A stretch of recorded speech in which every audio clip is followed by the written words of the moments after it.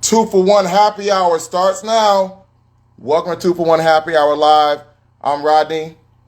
My co-host is Jeremiah, aka Doc. He's a real Doc. He's coming on soon. I'm trying to work out for this episode tonight. Trying to do a good balance here. 1, 2, 3. All right. Here we go. I'm going to get more tips, and so are you all. Hold on, let me put down my weights and get my co-host on.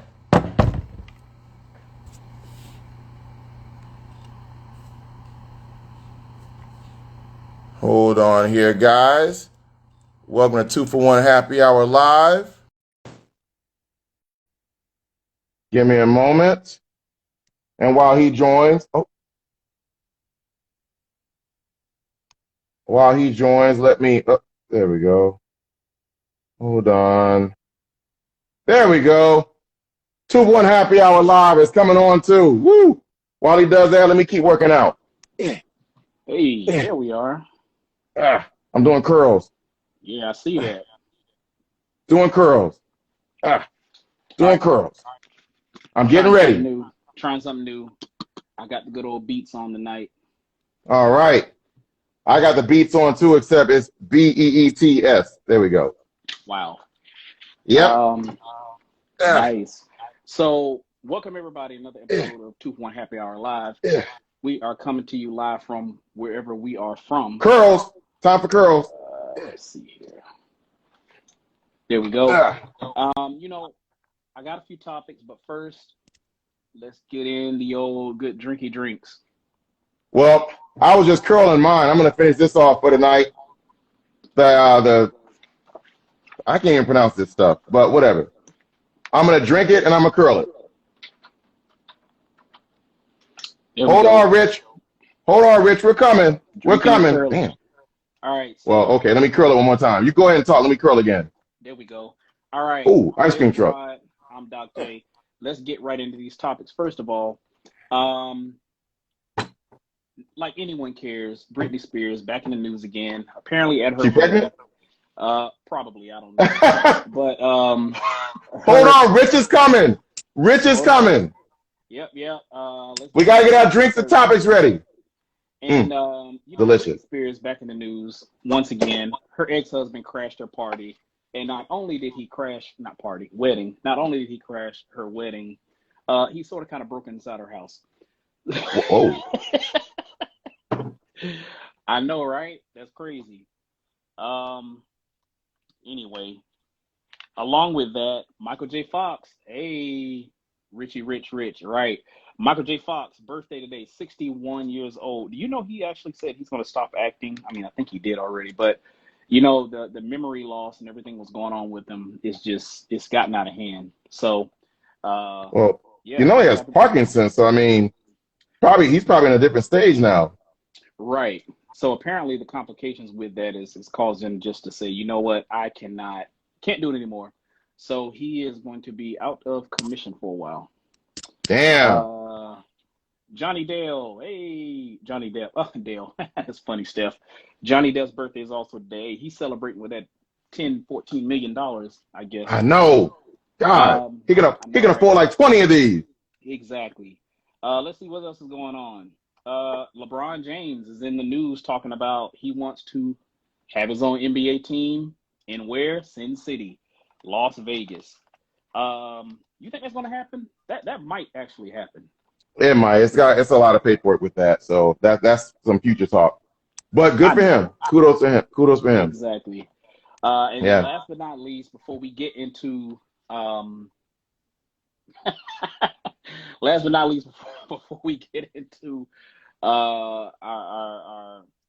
special little thing that I have over here to my right. Very true. You know what? Very true stuff. If you had to go out with a friend, not a girlfriend, not someone you're dating, if you had to actually go out, hey, let's go out, and you invited them, who pays for that? Who pays for that outing? Who should pay for that outing? I want to hear in the comments. Who's going to pay for that outing? Who should hear? What's your opinion on that? Should you split the bill? Does the guy get it and then the girl tips? I mean, how does that work? I think there's so many different ways you can do that nowadays. So I think, you know, you got to talk about it. You got to talk about it. Okay, there Yeah, we I'm with go. Steph. Somebody You said, know, I pay if I invite. What did Steph say? Each should pay their own. Okay. but I think if you go out with Kendra, she pays, she might expect some sex or a massage or something. Yeah, you might be right. Um, Kelly says Dutch oven. I mean, go Dutch. Okay, that there we works. go. All right. So what we have over here to my right is, you know, like I told y'all at the end of season 1, beginning of season 2, we are going to start, you know, reaching out and getting some sponsorships. And today, what I want to bring up is, bam, Pitbull Shaver Platinum Pro. So we actually reached out to them. I actually purchased this prior to us reaching out to them. This is the box that it comes in. Pitbull Pro Shaver. This is the carrying case that it comes in. And if anybody wants to know what's a Pitbull Shaver, well, this is what it is. The rapper. The rapper, he does that on stage. He'll rap and then Exactly. Yeah. yeah. 1, 2, 3, 4, uno, do. No. So what this is a head shaver. Both Rod and I, you know, we at our age right now, we you know, kind of keeping it shiny upstairs. But Don't put me in this. this particular product, Pitbull Platinum, there you go. You can kind of see it. Conforms to the head.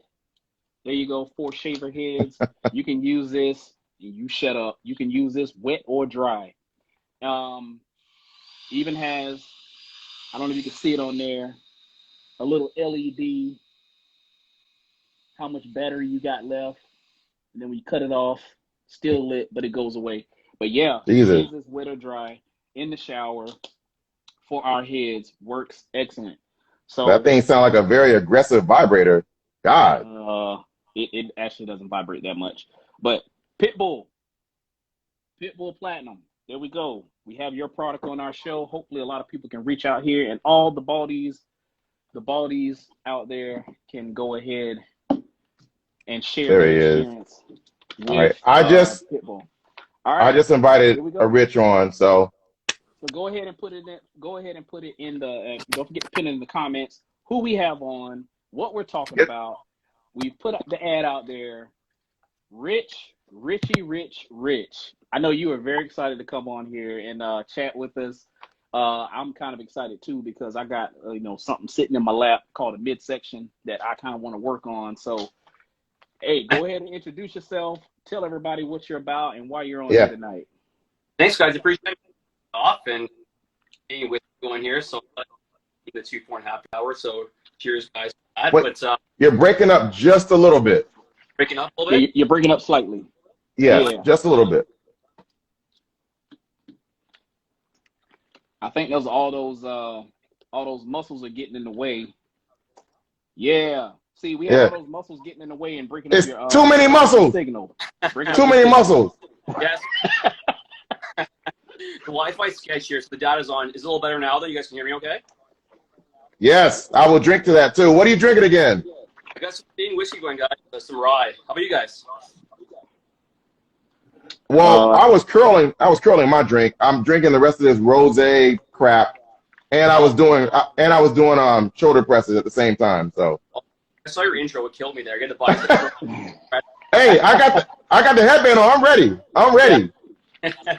Yep, and I got some spiced rum and lemonade. Rodney, pin the what you thought in the comments. Sorry.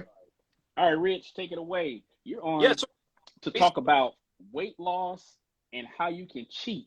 I'm going to say that because I know you didn't say it, but I'm going to say it. How you can cheat on the weekends. All right, take it away. Let me talk about weight loss first, and I'll kind of get back to that. That way, everyone kind of understands what weight loss is. So the weight loss formula, it's simple, but it's not easy. So basically what it is calories in. So very how many calories you're taking in. I may use the term energy in terms of calories. Thing. So how much energy, how many calories you're taking in versus how many calories you are burning, which is kind of known as our total daily energy expenditure. So obviously if we burn more calories than we take in, we're going to lose weight. If we eat more calories than we burn, we are going to gain weight. So that's kind of a simple formula. Calories in is very simple, but I'm going to break down what the calories out portion is. So the calories out is something called our total daily energy expenditure, and it's broken up into 4 different parts. The first part is metabolism, something called our basal metabolic rate. So I'm sure everyone's kind of heard of metabolism. Obviously slow metabolism, fast metabolism, or BMR, basal metabolic rate. So basically, that about 70% of our total daily energy expenditure. And what basically BMR is, it's kind of our rest. It's basically kind of saying like how many calories we burn at rest, and this can be influenced by a bunch of different things. So the more muscle we have, the faster metabolism is going to be. The older we are, the slower metabolism goes down. And then there's other factors as well that can kind of influence it. So if you have more weight on, you're naturally going to have a higher BMR. If you're lighter and you're dieting for a long time, your BMR, so your basal metabolic rate, is going to decrease. That's a very important part of total daily energy expenditure. And we kind of talk about slow metabolism, versus fast metabolism. That makes up a big part of it. That's what 70% is. 15% of it is something called NEAT, non-exercise activity thermogenesis. And basically shit. Wait, say it again. I like the acronym. Sorry. Yeah. No worries. It's called NEAT, N-E-A-T. Okay. And it stands for non-exercise activity thermogenesis. And basically what it is like, it's involuntary movement. So just kind of steps, even right now, like me fidgeting right here, that'd be something called NEAT. Walking to the car, even just kind of walking your dog, just kind of involuntary movements. And that actually makes up 15% of your total daily energy expenditure. The third part is a thermic effect of food. Here's what's going to sound a little complicated. So the more protein we have, the more energy we actually burn getting that protein in. And this is why a high protein diet is actually more beneficial than carbs or fats, because if we have a higher protein diet, it has a thermic effect of food, it's actually going to burn more energy. And the last part, this might be surprising a lot of people, the fourth part, which makes about 5% of our total daily energy expenditure, is exercise. So I know sometimes we think like, I'm gonna work out like crazy, right? I'm gonna do cardio. I'm gonna kill myself in the gym. That actually right there, right? Yeah, it actually only makes up 5% of it. So the thing we want to focus, yeah, it's pretty crazy. So only 5% of it, and that's why I'm a big believer in strength training for fat loss, because if you're trying to just burn calories, you're focusing on basically the 5% of the equation in terms of your total daily energy expenditure. Where you really want to focus on protecting your muscle and fat, eating adequate protein, and moving as much as possible, and that'll be your best bang for your buck in terms of increasing your TDEE, so your total daily expenditure, and that's basically success in terms of long-term fat loss. I'll stop there. TDE? TDEE, so total daily energy expenditure.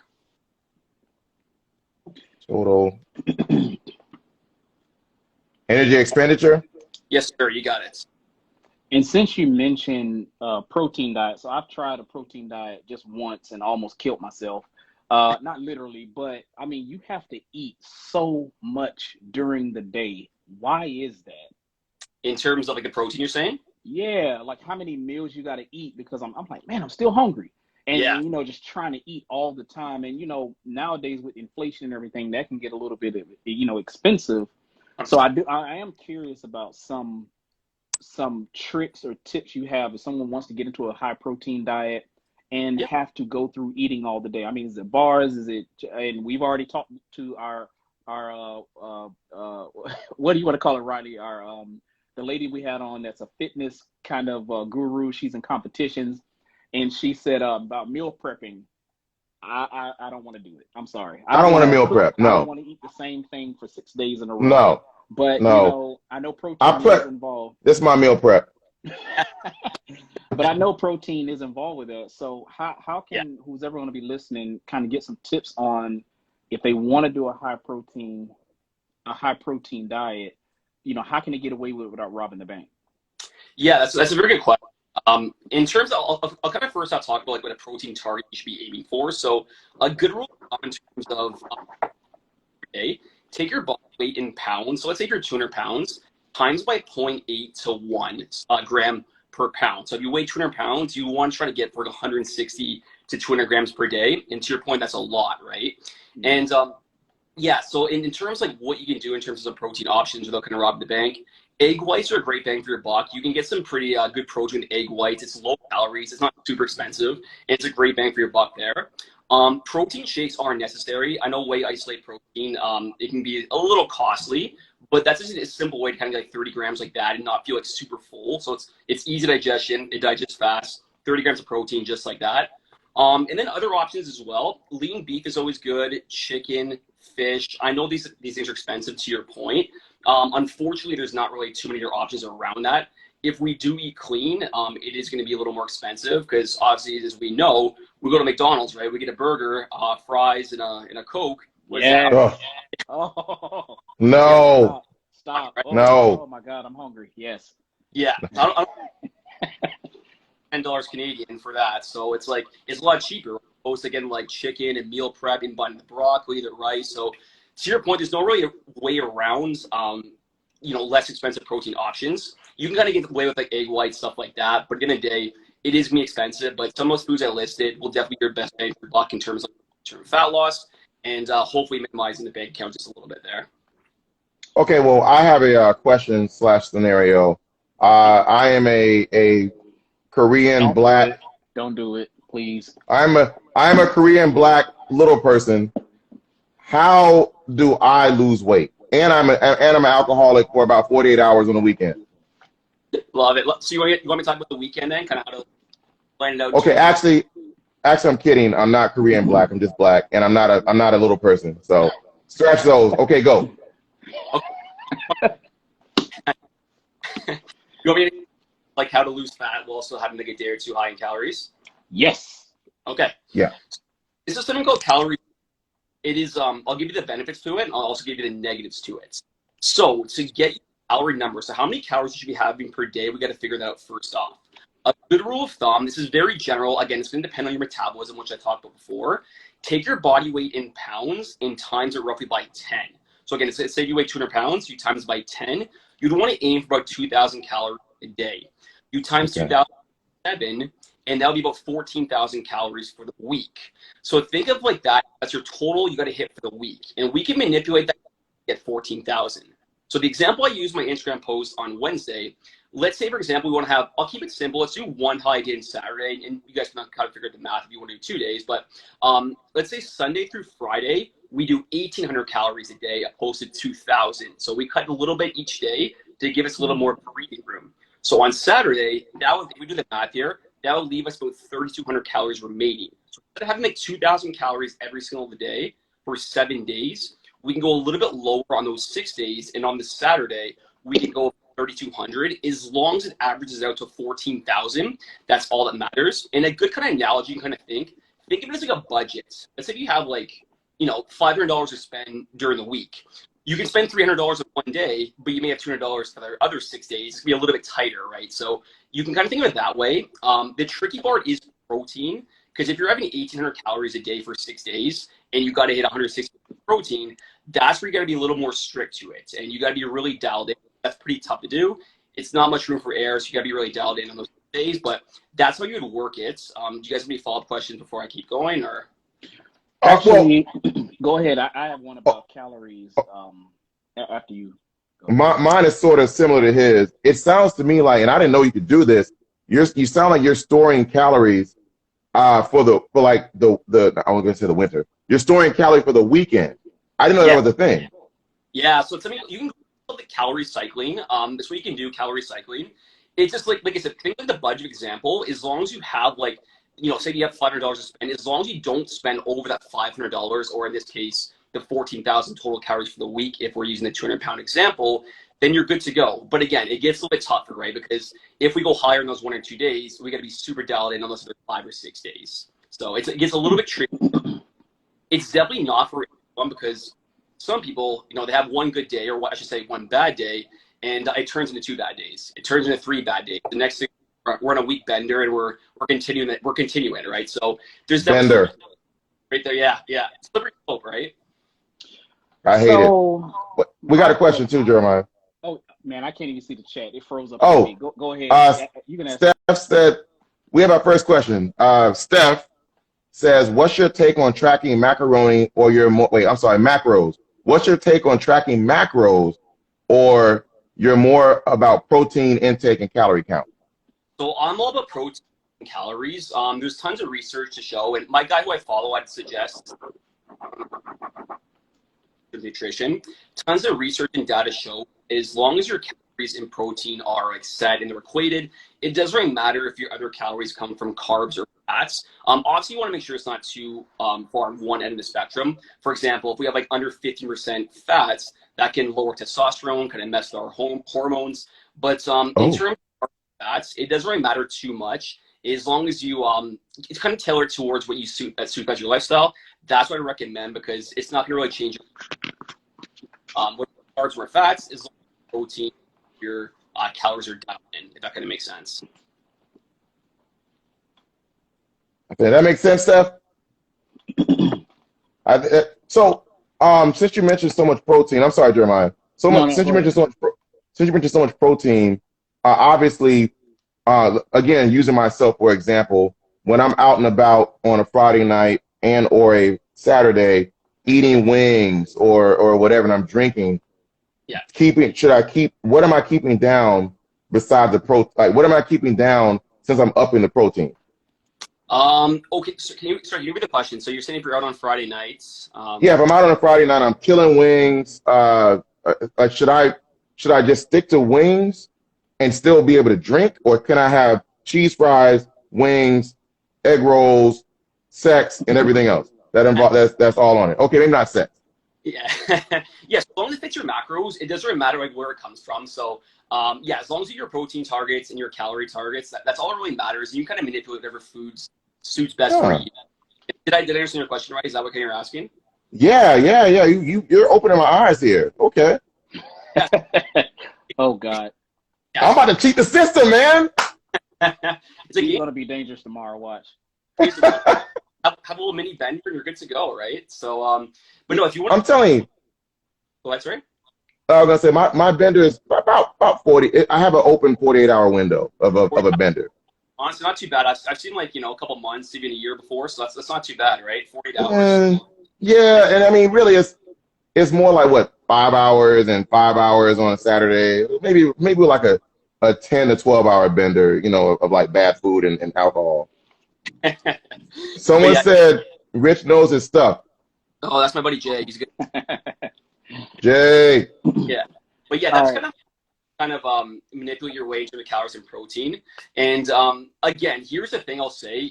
It is tough for some people to do this method because obviously if we're tracking our calories, it's a bit of a pain in the ass for some people, right? No one wants to track everything. And number two, it's very easy to just kind of go overboard, right? We're saying, 3,200 calories. Next thing we know, we're driving back 12 years, we're slamming chicken wings down, and we're at 4,000 or 5,000 calories just like that. So this method on paper works really well, but it's definitely not for everyone. And that was my mistake when I was younger. I kind of gave this method to everyone, but not everyone has like a discipline to follow it, and it can be potentially bad for some people. That kind of makes sense. So that goes to my question, and it's funny when you was talking about the calories and you did the calculation. It's almost kind of like, to be simplistic and keeping it simple, it's calorie counting versus all these fads that have come. Like it's like every 5 years we get a new fad. Now we're into keto diets. Yes. There was Atkins, and then there's Noob or Noom thing and all that kind of stuff. So I guess I'm going to put all of those new things that come up every few years in a fad category. But at the end of the day, and I'm a pharmacist, so I went to school, and looking at nutrition, what you said is correct. At the end of the day, it's just calorie counting. Mm-hmm. If you eat the calories that you said in your calculation, you're going to maintain your diet. If you cut those calories down, you're going to lose. If you eat over, like you just said, 4,000, you're going to gain. So should people get into these fads that are either on Facebook, TikTok, Instagram, like keto and buying all this stuff and okay, really, MySpace, really? Buying all this stuff to say, hey, I'm going to go on a keto diet, and then it becomes expensive and they're not consistent with it when they can just really count calories. I mean, at the end of the day. Yeah, for sure. That's a great question. And I would say to people, don't do it unless it's sustainable. So like, I'm not anti-keto. I'm not like anti-paleo. I'm not like anti-diet. But if you're just trying to do it as like a quick fix, like 3 months, 6 months, you're doing it for the wrong reasons because yeah, motivated for a little bit, right, for a few months. But what happens after 3 months done? Like, are you going to go back to high carbs, and are you just going to completely neglect the keto diet if you're doing that? If you can sustain it long term, I would say absolutely go for it. There's absolutely nothing wrong with it. Yeah. But to your point, I do think it is a fad for a lot of people for sure. And when I'm talking about counting calories, there's other ways you can do it as well. So I'm sure you guys have heard of intermittent fasting before. Yes. Yeah. I tried it. I do that. I do it now where I stop eating at a certain point at night, like maybe like 8 or 9, which is still bad, and I don't eat again until about noon or 1. I don't know if that's good or bad. Usually 16-8 fast is like pretty good. If you don't eat for 16 hours and you have like an 8-hour eating window, something like that works well. Some people do like a full day fast sometimes. They just like, go. I can't. Oh, I agree with that.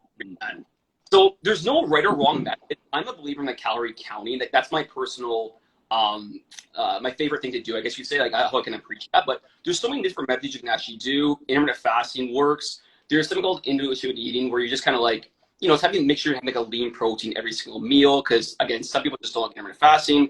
Some people don't like counting calories. So there are other methods you can use that aren't like as strict. Like of course, like I just kind of said, maybe have like a lean protein for meal, having like a good meal.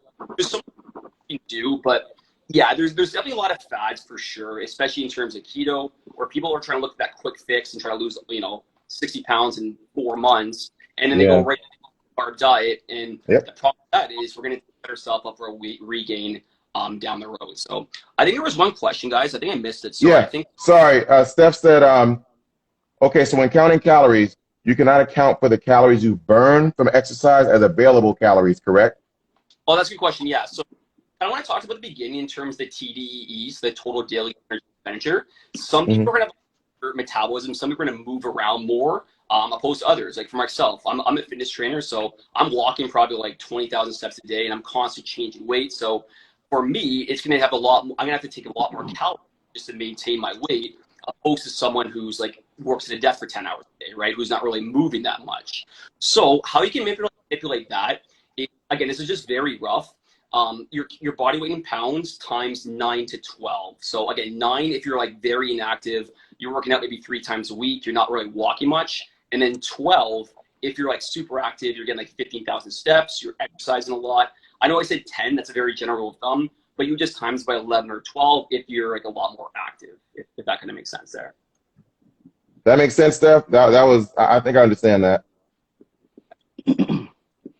So I'm just spewing off the questions here as you're talking.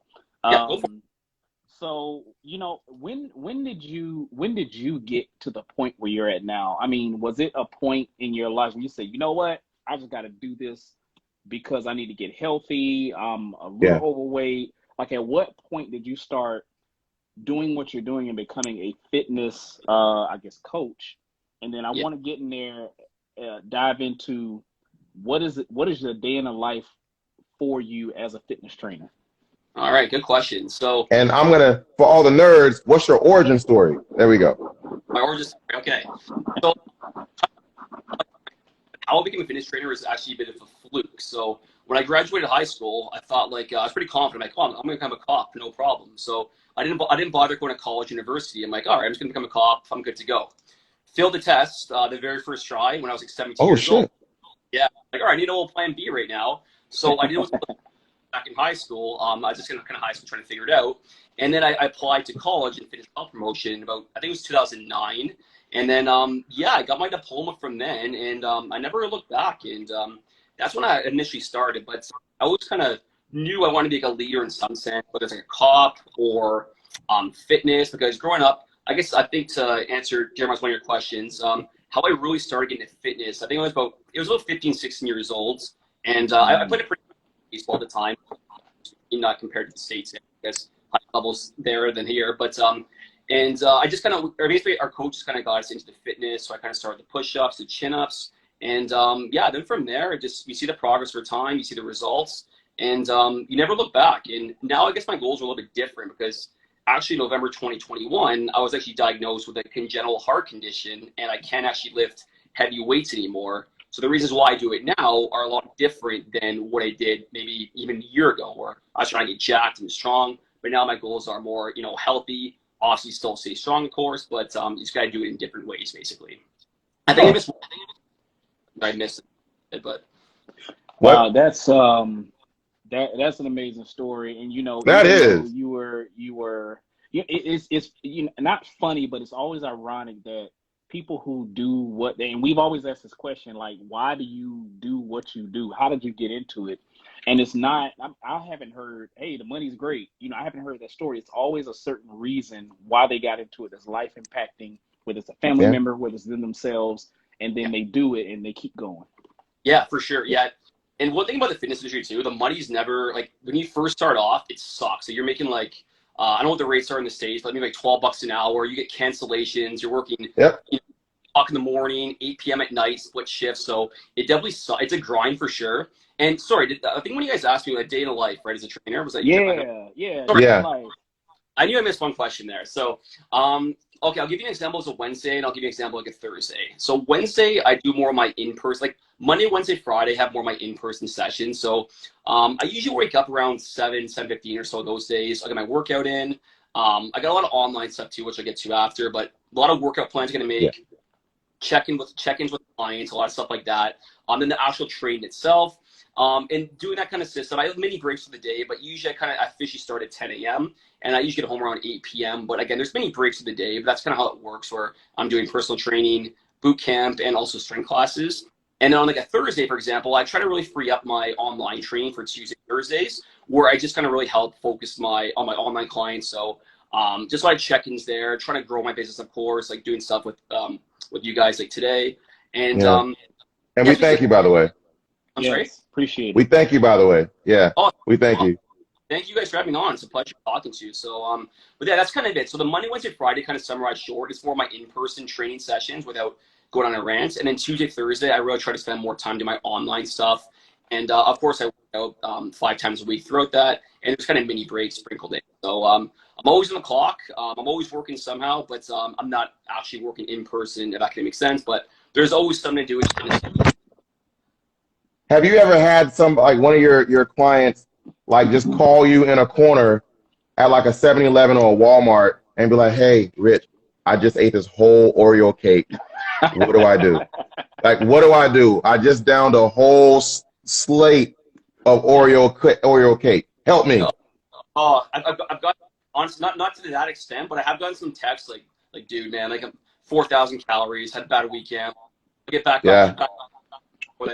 Tomorrow's gonna same thing. Send me a text like, man, like I fucked up again, man. Sorry, like back on track the next day. So definitely kind of some vendors, pretty funny text, but no calls at 7-Eleven. You never know, though. I may be coming up in the future, but definitely. Man. I used to have a horrible habit of leaving the bar with one of the people who's on this thing, not him, but who's watching us. No. And I would drive to 7-Eleven and pick up boiled peanuts and the nacho cheese out of the machine that they had at 7-Eleven. And I go home and I try and get home as fast as I can before it melted the chips. Oh, man. I don't think that's not real cheese. Oh. I know, but to my drunken self at 2 in the morning, 2:30 in the morning, that was the greatest meal. Oh, and I'm paying for it now. Yeah. Worse, right? I mean, makes it better at the time. Worse than for the gut, of course, right? Yeah. I paid for it that way too. But yeah. We had a question. Natalie said, "How important is water intake?" That is a good question. Very important, for sure. It's something that we don't really discuss a lot. I guess a lot of people kind of find like it's a boring subject, right? No one wants to talk about water, but it's actually super important because our body, I don't know the exact number, I don't want to spit off a random number, but it's mostly made up of water, of course, and our muscles are made of water, and we need to hydrate our muscles, basically, especially in a fat loss phase. If we don't have enough hydration to our muscles, again, we lose that lean body mass, i.e. some muscle, which is not good and can help set up like a weight regain down the road. And just in terms of energy too, right? I'm sure you guys know, as we know, we all drink alcohol. You wake up the next day after a couple of drinks, we're not hydrated, we feel tired, we feel like crap. God, yes. So yeah, like like your recovery, which is a huge one because let's talk about training, but we never talk about recovery because if we just do like 6 workouts a week, 7 workouts a week, we kill ourselves, we don't recover properly, we're not going to make progress. So water goes hand in hand in that recovery. It's a bit of a separate topic, but similar at the same time, because obviously we don't have enough water, that's going to impact your recovery, and that's going to lead to something called a catabolic state, and that means like the breakdown of the muscle, which is obviously not what we want, especially in a fat loss phase. So I hope that answers. Wow. Very true. Very true. Wow. Wow. So, you know, you obviously look jacked, and I know you've done this sport before called CrossFit. I can just look at you and tell you've done it. So what is for someone who's never done CrossFit, what is the benefit or disadvantage of trying to get into CrossFit versus regular, I want to go see you, Rich, as a fitness trainer? Right, like, right. You know, how do you transition into CrossFit, or is it even beneficial? So I would say the benefits of CrossFit and any sort of like group environment, it like you're there, you're not there by yourself. I'm a big believer in like, it's good to have people who are in the same position as you are, maybe a little bit below, some the same as you, some above you, kind of all working towards one goal. So I think that's a really important, cool part about CrossFit, excuse me, as it's a really good community type of atmosphere. So I would say the benefit of it, and it which is always good. So doing exercise, then obviously just staying at home, nothing, or just like not really push yourself, because obviously the workouts in CrossFit are pretty challenging to do. The downside of CrossFit, I would say, it is very, it is a pretty good chance of an injury risk, because there's a lot of beginners who come. Yeah. So you'll kind of see the videos, right? People doing muscle ups, or we're doing like or snatches. Like those are very advanced movements that I even struggle with myself, and I've been in this game for 15 years. And being a beginner day one, some gyms don't have this work. If you're going like a good CrossFit course, it's a little more like balanced out. But some gyms, of course, where if you're a beginner going to day one, they throw you in the fire. You're doing like 100 jumps on your knees, and you're just like going right these. Then it can be a bit of problematic. So I'll never discourage people from exercise in terms of like CrossFit, but yeah, definitely I would say we want to have some sort of mobility, stability, and strength before we jump right into it. So if people are looking to get into CrossFit, I would say definitely start with some pre-qualified stuff first. Like I said, mobility, some strength, some stability work before you jump right in the fire, because you're just going to leave a higher chance of injury for sure. Well, since you mentioned that, do you think CrossFit is for someone who might be over 40 or 50? It doesn't sound like it is. Yeah, it's a great question. It can be. Again, personally, I'm not a believer in CrossFit myself in terms of like just overall fitness goals. I've nothing against it, don't get me wrong. I just think it's not what I would recommend. But I've nothing against people doing CrossFit. If that's what you like, that's fantastic, and I would say keep doing it for sure. So I would say, yeah, it is suboptimal depending what your goals are too, right? Like if your goal is to get like absolutely shredded, and you're not really that concerned about the injury risk, then yeah, it's pretty good. What? I don't care about that. He wants to get shredded. I definitely don't want to do anything CrossFit related. We both know some mutual friends who do CrossFit, and I'm like, yeah, I'm good. He's crazy. That guy's crazy. You tried to work before CrossFit? I have never tried it before. I've seen it, and I'm like, I've seen it. You ever seen like when the the space shuttle goes out into space, and you're like, yeah, that's something I'm never gonna do. That's CrossFit to me.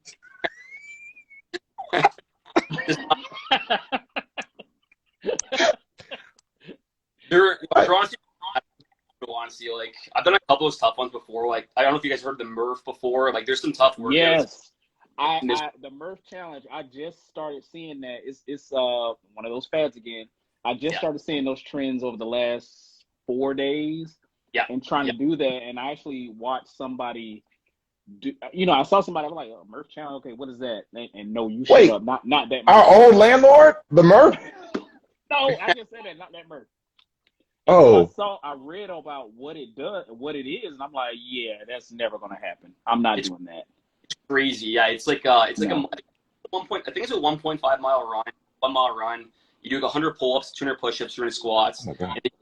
I did it one time in my life, and I was like, you know what? I was beat up for like a week after that. I'm like, never again. Like those are some pretty intense workouts for sure. So it's fun in a way. It's a good challenge, but you got to be in the mood for sure. And it's hard to do 5 times a week too, right?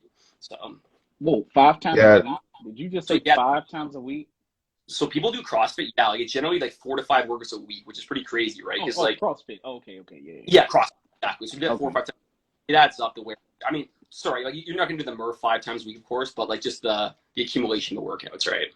I hated the Murph. Yeah, You did? yeah. The Murph kind of cradled one of our friends in a swimming pool and cradled them around like a little baby, but we'll not say who that was. So let's just pull the cat out of the bag here. We used to live in an apartment as roommates up in Tallahassee, Florida, and we had a very weird landlord that used to try and like be cool with us. And his name, I forgot his first name, but his last name was Murphy. His last so name he would always, and he was called the Murph. The Murph. He would call himself the Murph when he was drinking. So it's funny you mentioned the Murph for CrossFit, and I automatically thought about that old weird landlord we had. and I kind of want, He's a legend in Canada too. That guy, your landlord. He probably did. He disappeared. He probably did go to Canada. Yeah, I bet he did. He might be dead. I don't know. So what is and again, I can't read the comments. So if someone's asking a question, I'm so sorry if I'm not. Oh yes, ask your questions. He is doing this for free. He will charge you usually. Ask your questions. But also, while everyone gets their questions together, also follow him and watch his videos. I've actually incorporated his chest videos, one of his chest videos on in my workout, and I feel results. I mean, I've only been doing it. It's probably the 3rd week. I've only been doing it for 3 weeks, but I feel results. Better than what I was doing before. And I feel an all-around chest thing, not just here or down here, but I feel it in certain spots. But on my only thing, I was going to tell you this when we were messaging each other. I don't do resistance bands, but I do the Kegels. I do that where you step, 1 foot forward, and you do the for the bottom of the chest. I do that. I do this one. That's perfect. And there was one more you did. Or you did 6. But I forgot what the other 6 were. But I don't want to go into that. But no, go check his videos out. They're very, very good, very easy. He's very knowledgeable about those things. Thank you very much. I appreciate the plug in there. Thank you so much. I appreciate the comments. But thank you for your questions too. I like you asking a question in chat in the DM. I'm always happy to help out. Right. Oh yeah. And he's very easy to talk to in DMs. And he's a drinker and a cursor, like I am. God damn it. There we go. That's it.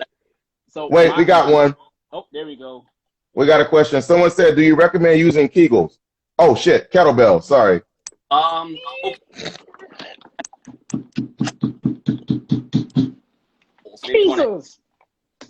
Maybe I'll go off. You want to kind of answer in the meantime, but kettlebells, if your goal is muscle building, it's probably not the most beneficial tool because when we're trying to we want to try to be stable in position. So, for example, we're in a chest press. We want our back.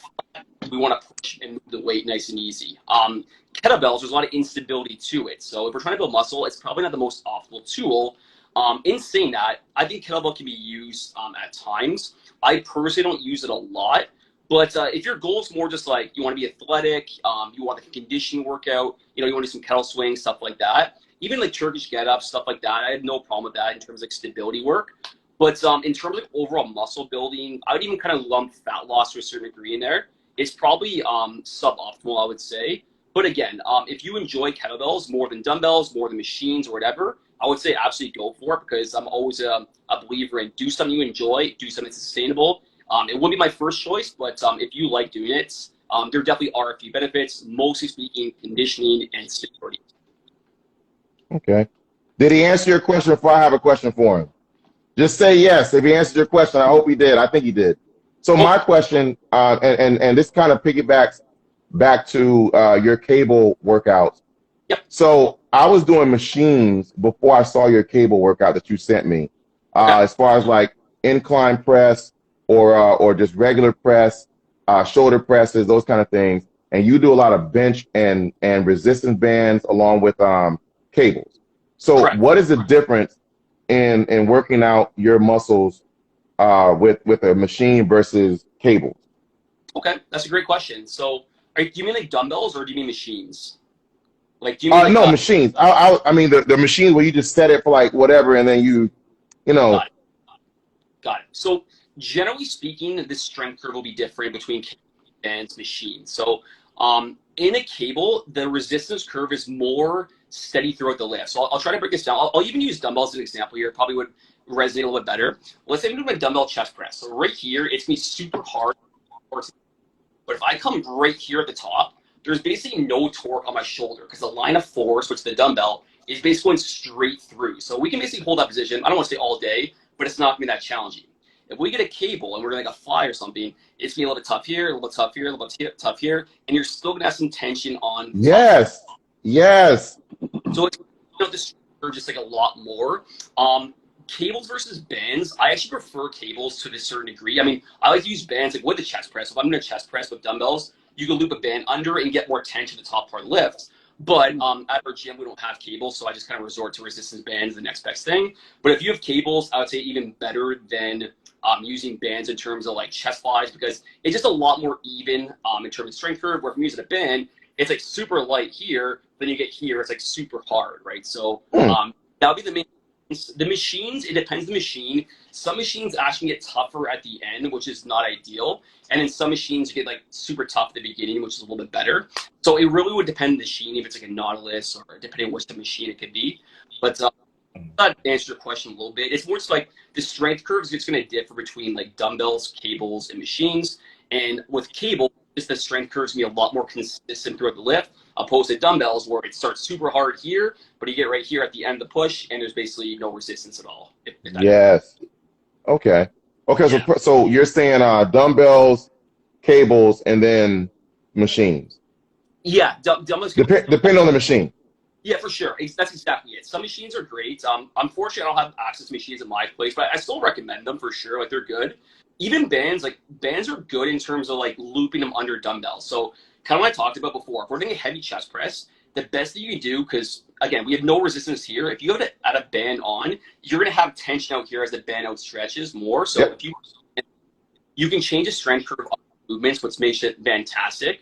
So just kind of stuff like that. It's good to manipulate all three variables for sure. And that's where something called like periodization comes in. We can like change those factors around. But, I won't go down too much of a rabbit hole here unless you guys have any more questions on that, of course. But oh no, rabble. That was great. Okay. That was great. I think someone asked. Oh shit, we got a question. Sorry. Someone said, Rich, chest flies, overrated. What is a good body weight chest exercise besides push-ups? Thank you. Ben _1, thank you. Good question. Keep them coming. Ask him for free while I drink. So it's little, got the drinks when I like it, but chest fly is a little bit overrated. So again, kind of what I talked about in terms of strength curves. So right here, fly, super hard position. Here, there's not be much resistance at all. Where chest fly is a band across it. So that's what we got. Like, again, I don't want to repeat myself too much, but if we're coming to position, we've got a little more tension on the top portion lift, and how we can actually get chest fly harder off it, opposed to lining the dumbbell up with our shoulder. Bring it a little more out here. That way we got a little more what's called a moment arm. So we got a little more tension / torque at that lift. Instead of kind of coming here, just kind of bring it a little bit more like that and not fully extending. And you loop that with a band, and that can make it a little more challenging to do.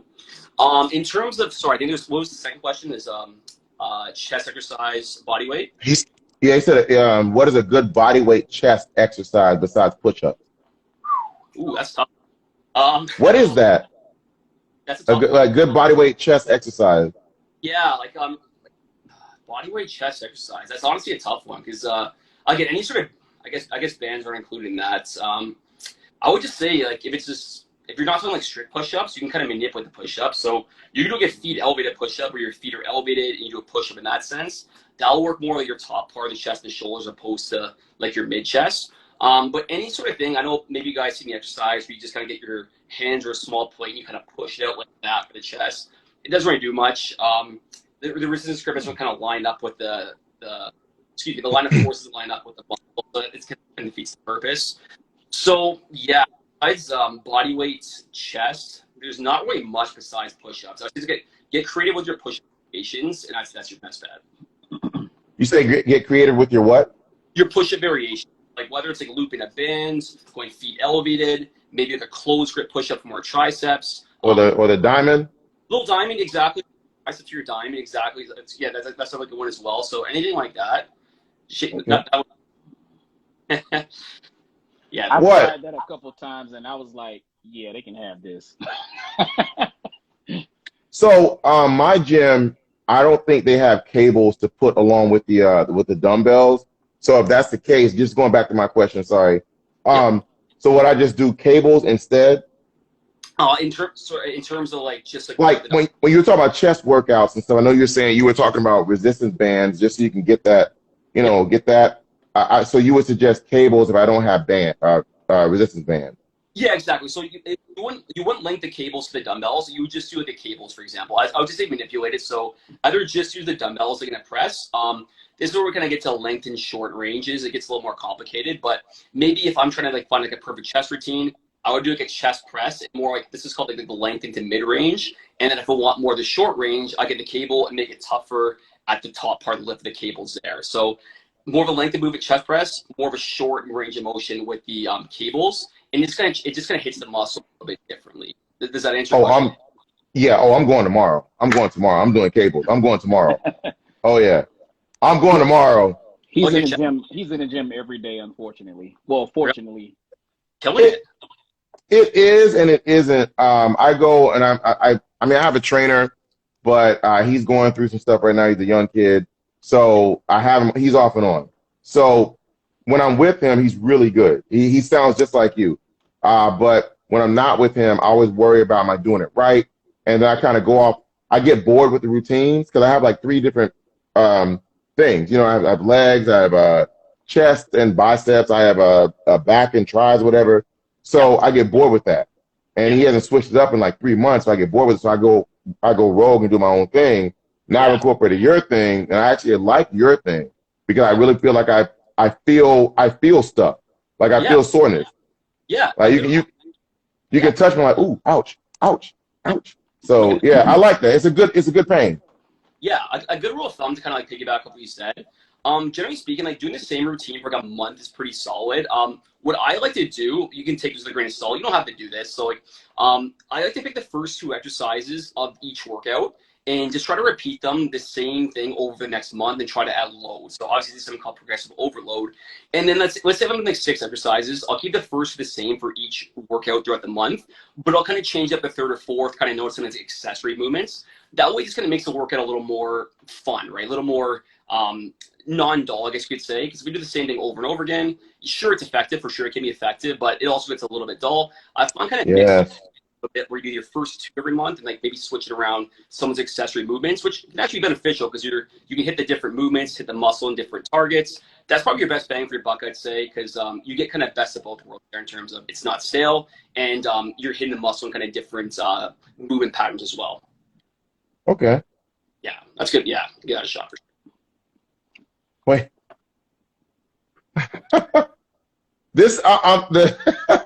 Somebody said, why does Rodney have the LeBron James 6? I'm working out, man.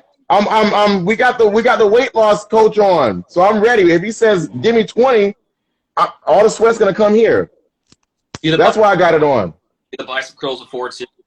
Yeah, exactly. I was curling this, which is lighter than you've been drinking. Yeah, it is lighter. Oh, Shelly Bean's on. What's up, Shelly Bean? Wow, we got a lot of people. Ask your questions. It is free. Ask him. This won't happen often. And go to his page and check out his videos. Go ahead. Sorry. So, Rich, for everyone, what is the best time to like do a workout like that? Is it better to do it in the morning before you go to work, after work, where you spent all your energy? Or I mean, what's the best way to actually put in a routine like that? And then the second question is, Rodney mentioned that he kind of does everything every time he goes. Is it best to do everything, or today is going to be leg day, today is going to be arm day, today is going to be cardio day? What's the best way? Okay. Oh, yeah, no, yeah. I'm sorry. Yeah, I switch back and forth. So, I don't do it all in one day. Oh. Sorry, go ahead. All right, forget the question then. Okay, no worries. No. it's a good question. I'll still answer that as well. But the first question in terms of like when's the best time to work out, morning or night, I would say it's a very individualized approach. And some people just aren't morning people, right? So for me, I'm kind of the hybrid. I like working in the morning, preferably. I don't know if I leave it to the evening. I'm still going to get it done, but I'm just not going to look forward to it. I would recommend, if people can, get it done in the morning, because there's just a greater chance that you're going to complete it. And you know, how many times we say we're going to do it after? We go to work, we come home, we eat dinner, we fall off the couch, and we don't get the workout done, right? But so it definitely happens. But it's a very individual, right? You work out or 5 in the morning before work. I was just absolutely poorly right or wrong. It's more of an individualized approach, but if possible, I'd say get it done in the morning. That way we don't have to worry about it today. But again, that's going to vary person by person. And your second question, I know you're asking about routine. Yeah, I know you're talking about Roddy's, but I'll what you said. There's no really kind of like right or wrong routine, and I think kind of workout splits get like overrated. But for example, 3 times a week working out, I would say a 3-time week workout split. Do like 3 full body workouts. Maybe 1 on Monday, 1 on Wednesday, 1 on Friday. So we're trying to hit a little muscle. We're trying to stimulate it a little bit. If we're doing 4 times a week, something that works well, I find, is an upper-lower split. So maybe Monday upper, Tuesday we do lower, Wednesday off, Thursday upper, Friday lower. That's a good split, I find. If we're lower. Yeah. If you're doing 5 times a week, this is the one I'm doing right now, and I actually love it. It's an upper-lower push-pull lower. So I got upper Monday, lower Tuesday, push, kind of mean like chest, shoulders, triceps on Wednesday basically. Back, biceps, back to shoulders Thursday, and then legs gonna. I like that one personally, but again, there's no really right or wrong. Like if you want to do the bodybuilding split, where you're just doing like arms one day or shoulders one day, there's a lot of research that shows it doesn't really matter that much. And again, the best, I was gonna say this, the best plan is the plan you can stick to. So if you prefer to or like, you know, whatever just kind of suits your plan best, your routine best, I would say go for it, because it's better doing that than something you just don't like doing. So I hate legs. I need to do legs, but I hate legs because I have stairs. And those squats, what are they? What are they called? Romanian split squats or whatever, and other things, or Bulgarian split squats, and other things. So my stairs are pretty steep, and I hate going down and up them when I've had leg routines. I mean, they hurt so bad, and I mean, it goes all the way up to my glute. I mean, curse. Go up to my ass, and it hurts. Everything hurts. Yeah, so I almost want to sleep my sofa. I hate it. Honestly, legs are the worst. Like I don't like. Maybe people like legs here. I'm not like, I apologize if I offend you, but I don't get when people say like, "Oh, it's leg day. I'm looking forward to it. I love it." I'm looking at you like, really? Like you enjoy leg day? It's just like it's pure. Again, personally. But, we got a question. You know, let me tell you, Natalie's asking these questions. Natalie is in great shape, by the way. So she's just going overboard, but whatever. She said, oh shit, it disappeared. She said, how much cardio should we incorporate in our workout per week for weight loss? That's a good question. That was actually one of my questions. Yeah, that's a great question. So kind of what I talked about earlier in terms of the total daily energy expenditure. You guys recall, I kind of said like exercise only kind of makes up 5% of how many calories you burn throughout your day. So what I would say to you is really focus on your strength training and protect your muscle in the gym, and walk as much as you can. So strength training and walking, I would say, your 2 best things you can focus on. So I would say ideally 4 strength workouts a week, and even if you can get best. Now, let's say you love cardio and you just want a direct answer. I wouldn't say I wouldn't give you like a direct amount. I would say do your weight training, and you can just add cardio at the end of the workouts. But what I'll really kind of prioritize and really stress here is definitely focus your strength training first, and then if you want to add cardio as a bonus, you can add a little bit at the end of the workouts. But just kind of see how your body's feeling as well, because I also talked about the recovery before, and if we're not recovering properly and we're just hammering strength and doing a ton of cardio, and we're at a huge caloric deficit, meaning we're not taking a lot of calories in, your body's gonna get burnt out, and that can release a stress hormone called cortisol, which can kind of mess up everything in terms of a fat loss, from a fat loss perspective. But sorry, is there a question there? We have another question. Natalie, did he answer your question? We do have a question. Sarcarrogans, all right. They said, oh, by the way, Sarcarigans, Jeremiah, go ahead and say it. They said, Hey, Sarcarigans Media Group, which is who we are represented under. God, you caught me off guard with that. Anyway, anywhere from sorry. 10 podcasts that we have under the Sarcarigans Media Group. We are one of them. Tonight we have on Rich, the muscle meat or the meat man, or however you want to call it, talking about it. But anyway, check out Sarcarigans Media Group. 20 podcasts. We're podcasting every day of the week. And tonight it's all about Rich on 2 for 1 Happy Hour. So question, he says, can you do too much cardio? That's number one. That's the first question. Can you do too much cardio? Yeah. And the second question is, what's a good workout for calf growth? For calf So growth, okay. can you do too much cardio?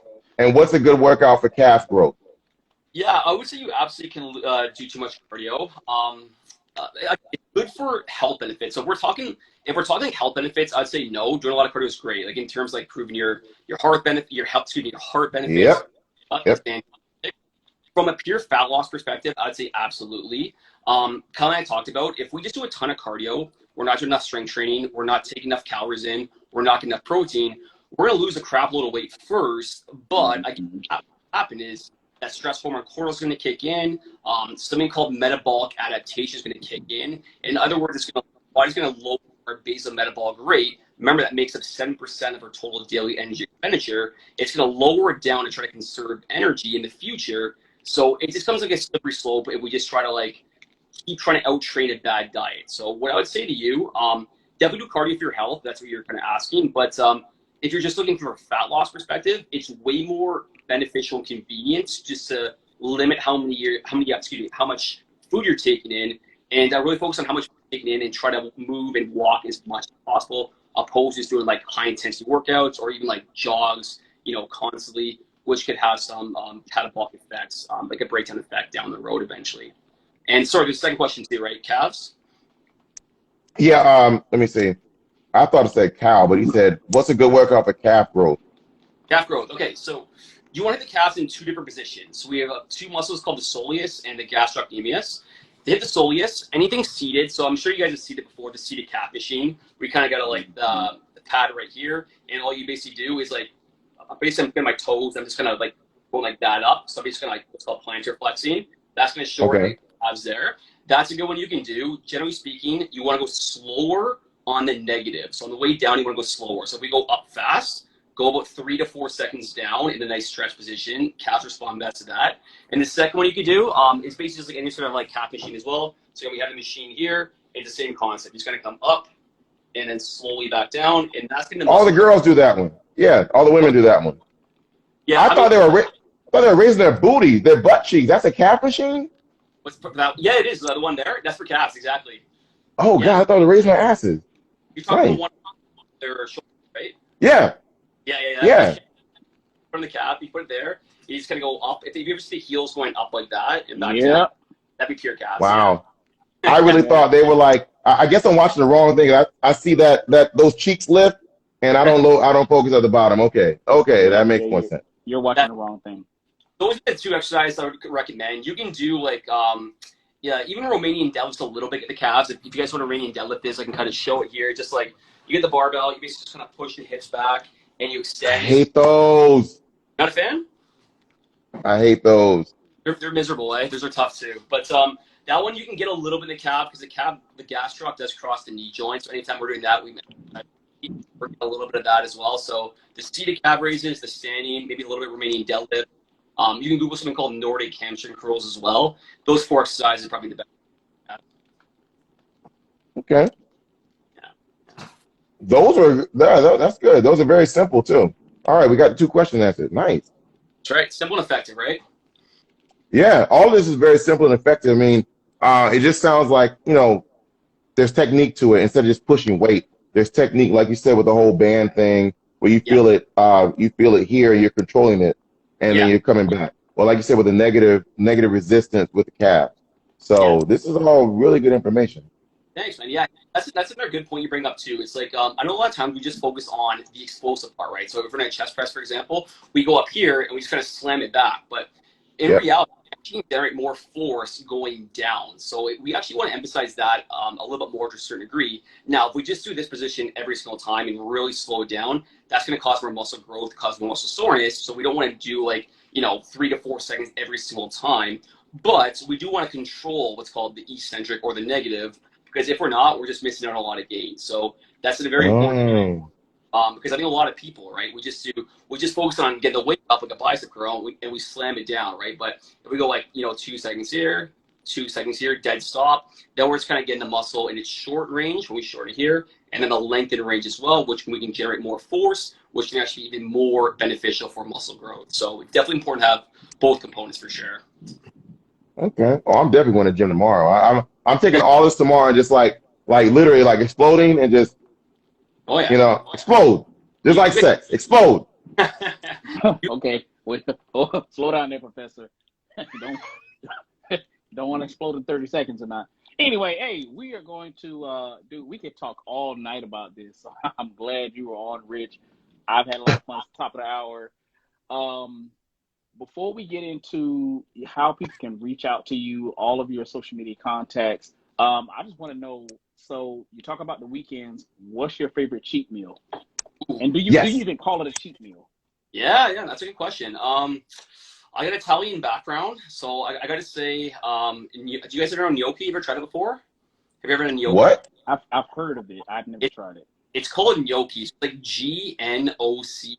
It's that spelling. So it's called gnocchi. Any sort of like gnocchi or a pizza, I'd say. Any sort of like Italian dish there, you can't go wrong. So that with whiskey, I'd say, especially watching. I'm a big Bills fan, football. So on a Sunday, get some pizza and whiskey going. That's my dream scenario right there.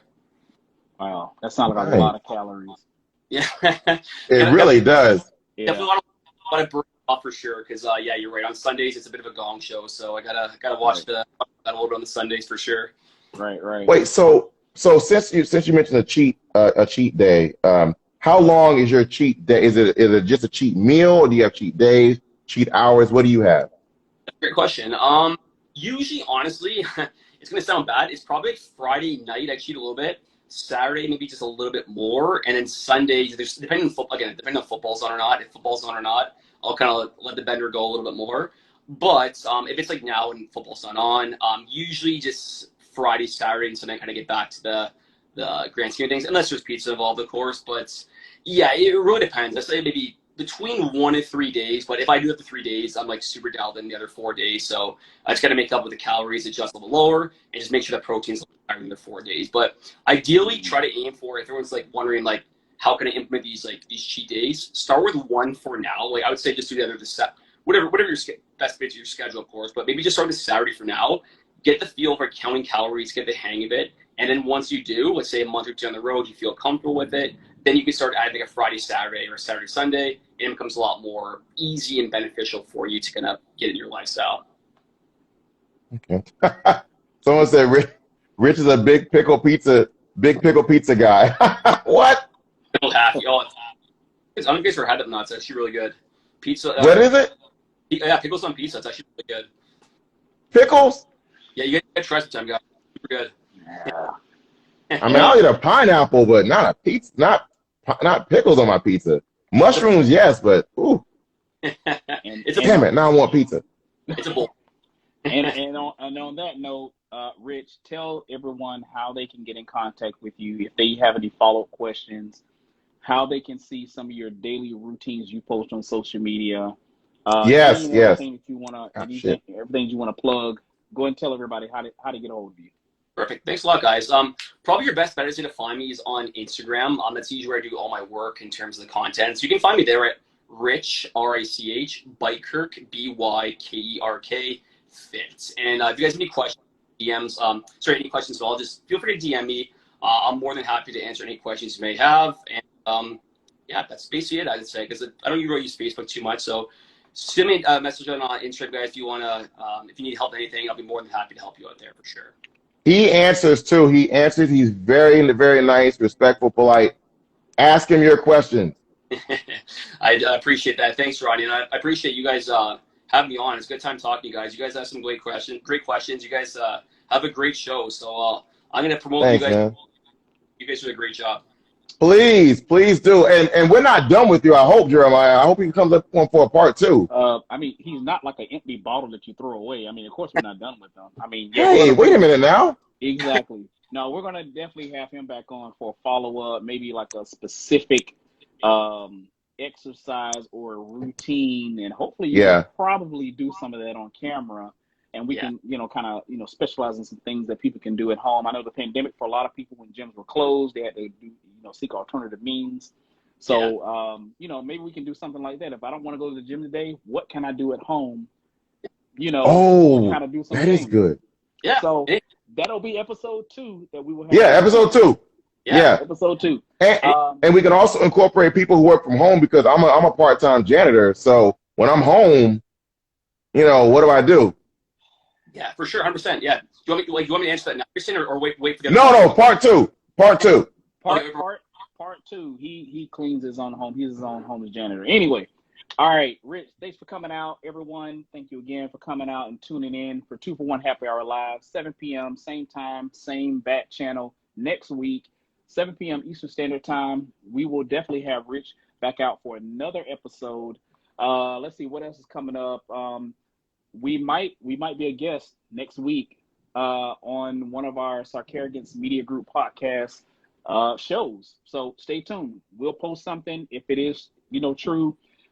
Anyway, Sarcarigans Media Group production. This is 2 for 1 Happy Hour Live. We had Rich, the muscle meat. That's his new nickname that I'm going to call him. I'll take it. What, That's a porn name. He's not muscle meat. He's a weight loss coach. Do you have a part-time job? I mean, that may be it. I don't know. But anyway, we're going to have Rich back out. Everyone, take care. Have a great weekend. Be safe out there. And see us next week on 2 for 1 Happy Hour Live. Peace. Thank you. Out of liquor, out of time. Thanks, guys.